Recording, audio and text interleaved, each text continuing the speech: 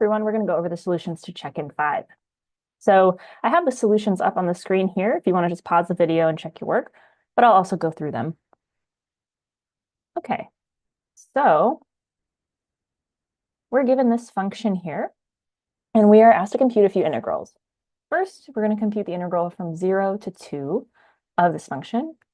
And so in the solution here, I've highlighted the region that goes from 0 to 2 and is between this curve, this function, and the x-axis. Now, in my mind, I divided this up into a triangle, which you can see here, and a small rectangle, which you can see here. You could have also thought of this as just a trapezoid region and then use the area of the trapezoid, the formula for that. I thought it was easier to use triangles.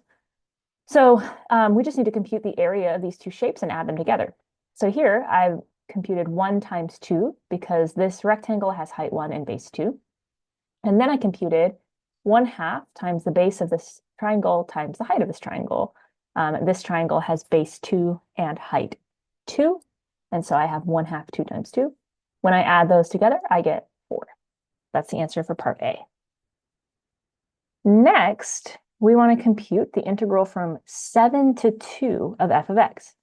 Now, before we compute areas, we should swap the bounds so that the smaller number is on the bottom.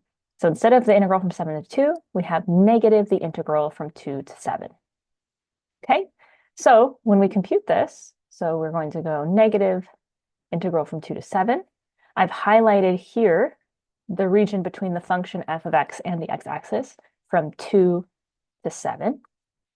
So we're going to add these two areas, which I've divided into a rectangle and triangle, but again, you could have seen this as a trapezoid or divided it in some other way. And I'm going to subtract this area because it's below the x-axis.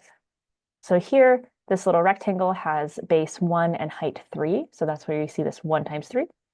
This triangle has base 2 and height 3. So the area is 1/2, 2 times 3. And then this triangle also has base 2 and height 3. So its area is 1/2, 2 times 3. But because it's below the x-axis, I need to subtract. All of this, remember, has a negative sign in front because we swapped the bounds. So I have negative 3 plus 3 minus 3. And so my answer is negative 3.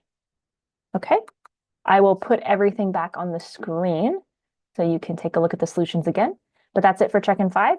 Post to CampusWire. Let me know if you have any questions.